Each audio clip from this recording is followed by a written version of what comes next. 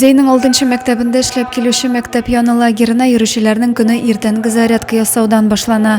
Акчарлак исеме астында әлеге лагерь 31 октябрьдә үз ишекләрен ачты. Педагоглар лагерьга йөрүче балаларга көзге каникул вакытларын файдалы итеп уздыру, һәр яңа көнне истә калырлык итү өчен тырышалар. 7 көнлек ял программасы бай, кызыклы итеп төзелгән, күп төрле күңел ачу чараларын үз эченә ала. Беренче отрядта 25 бала йөри. Безнең балалар беренче, икенче сыйныф укучылары. Отрядта без рәсем ясыйбыз, шигырьләр ятлыйбыз, отряд җырлар өйрәнәбез. Шулай ук мастер-класслар, төрле мастер-класслар үткәрәбез.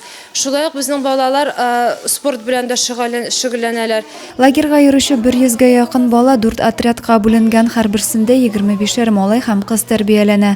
10 педагог оештыручы җәлеп ителгән. Шунысы әһәмиятле, отрядларның икесе профильле, ягъни эшчәнлекләрен теге яисә бу юнәлештә алып баралар. Булар спорт һәм яшь инспекторлар хәрәкәте. У нас есть развлекательные спортивные игры в парке Кармалки. Это на свежем воздухе. Значит, потом у нас Александр Иванович проводит сегодня средства индивидуальной защиты, химзащиты, меткий стрелок. У нас также запланирована битва хоров. Нам нравится лагерь, потому что тут можно появиться новые друзья, эмоции, новые игры. Нам очень нравится здесь. Вот здесь мы кушаем, играем, гуляем. Сегодня пойдем в космос. Зарядка ясауны төгәлләгәч, балалар ашханәгә иртәнге ашка агылалар, биредә пешекчеләр аларны тәмле ризыклар әзерләп көтәләр. Лагерьда туклану 2 тапкыр оештырылган, булар иртәнге аш һәм обед.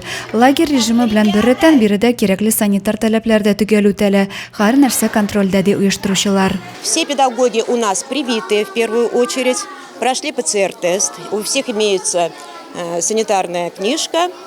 Все меры у нас, как я уже сказала, соблюдаются и в лагере, и относительно детей тоже. Тәрбиячеләр әйтүенчә, уеннарның күп өлеше саф һавада уза, бүлмә эчендә утырганчы, һава торышы яхшы торганда, хәрәкәтләнеп балаларның сәламәтлекләрен ныгытып калырга тырышалар алар. Балаларның көзге каникуллары файдалы һәм күңелле узсын өчен педагоглар көчләрен дә, белемнәрен дә кызганмыйлар. Адилә Борханова, Денис Ипатов, Зей хәбәрләре.